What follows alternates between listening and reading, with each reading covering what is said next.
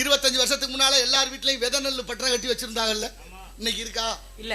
ஏன் விதை நெல் இல்ல நம்ம கிட்ட இருந்த விதை நெல் எங்க போச்சு? இன்னைக்கு எங்க வாங்குற விதை நெல்? யூனியன்ல வாங்குறோம். யூனியன்ல வாங்குற விதை நெல் யாரு கொடுக்குறா? தனியார் பெரு முதலாளியான மேன்சாண்டல் நிறுவனத்துக்கிட்ட இருக்கு விதை நெல் பூரா. அவன் விதை நெல்லை வாங்கி எப்படி கொடுத்துக்கிட்டு இருக்கிறேன்? அந்த விதை நெல்லை கொண்டாந்து விதைச்சு விளைய வச்சு அதை அறுத்து மறு வருஷம் அதை விதையாக்கி விளைச்சோம்னா முளைக்காது. முளைக்காத விதை நெல்லை கொடுக்குறேன். வருஷம் வருஷம் அவன்கிட்ட தான் கையேந்திரம். அவன் விதை நெல்லுக்கு விலை வச்சிருக்கான். இவ்வளவுதான் இந்த வருஷம் விலை, உரத்துக்கு இவ்வளவு விலை, பூச்சிக்கொல்லிக்கு மருந்துக்கு இவ்வளவு விலை, அத்தனைக்கு விலை இருக்கு. என் விவசாயி விளைய வைக்கிற நெல்லு மூட்டைக்கு விலை இல்லை. குஜராத்ல ஒரு மூடை நெல்லு 3000 விற்குது. தமிழ்நாட்டில் எவ்வளவு விற்குதுன்னு என் விவசாய பெருங்குடி மக்கள் சிந்திச்சு பார்க்கணும். யாரு காரணம்? எங்க இருக்கு சிக்கல்? ஏன் இதை தீர்க்க முடியல?